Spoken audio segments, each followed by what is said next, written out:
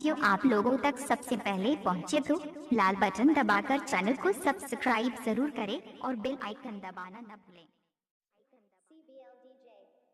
और जहाँ तक पीने पिलाने की बात है मैडम, डीजे रमेश बाबू भाई, रमेश बाबू भाई।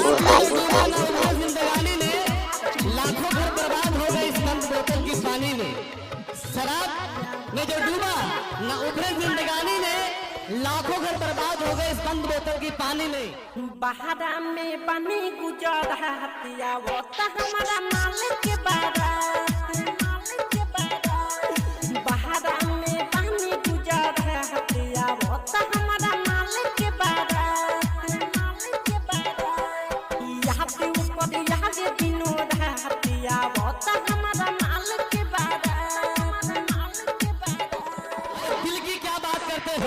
डीजे रमेश बाबू भाई, रमेश बाबू भाई। डोली से झांक कर देख लेना जालिम, मेरा जनाजा तेरी बारात से अच्छा हो। सज धज के जाई अपना पिया के घर, पिया के घर रे पिया के घर।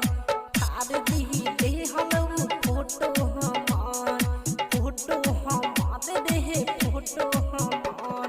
सज धज के जाई अपना पिया के घर, थार दी दे हलऊ फोटो हमार। फुनवा पर करी ना बहतिया वो त हमारा मालिक के बारात।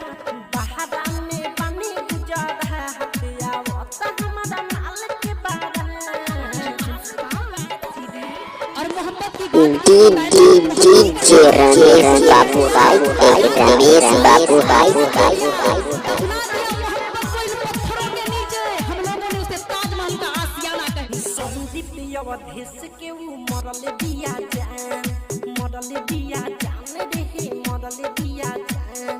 पागल बनवले बा ओकर मुस्कान, ओकर मुस्कान रे ओकर मुस्कान।